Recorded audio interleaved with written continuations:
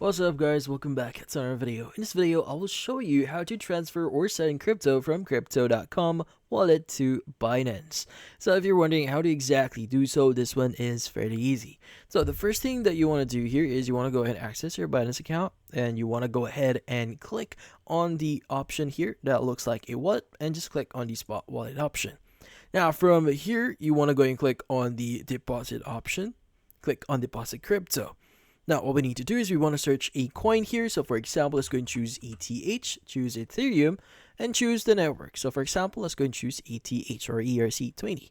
Now from here, let's go ahead and copy the address and let's move on into our crypto.com account. So in here, what we need to do first is we want to open up crypto.com or our app for it, and you want to access your account, and in the home page, you just want to click on the transfer button that you see at the very top center. Now from here, let's go ahead and choose the option that says withdraw.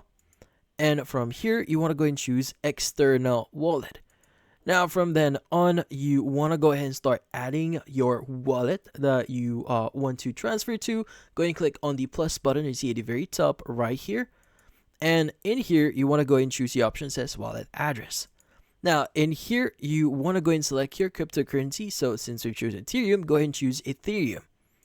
Now from here, you just need to choose a network. So since we've chosen ERC20, make sure that you've chosen the same network in here and just paste your address. Now you could also add a wallet name here if you want to.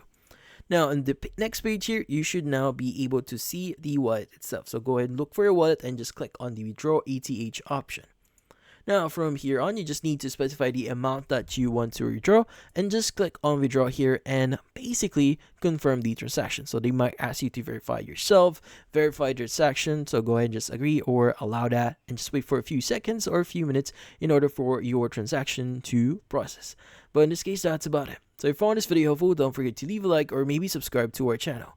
Thank you for watching.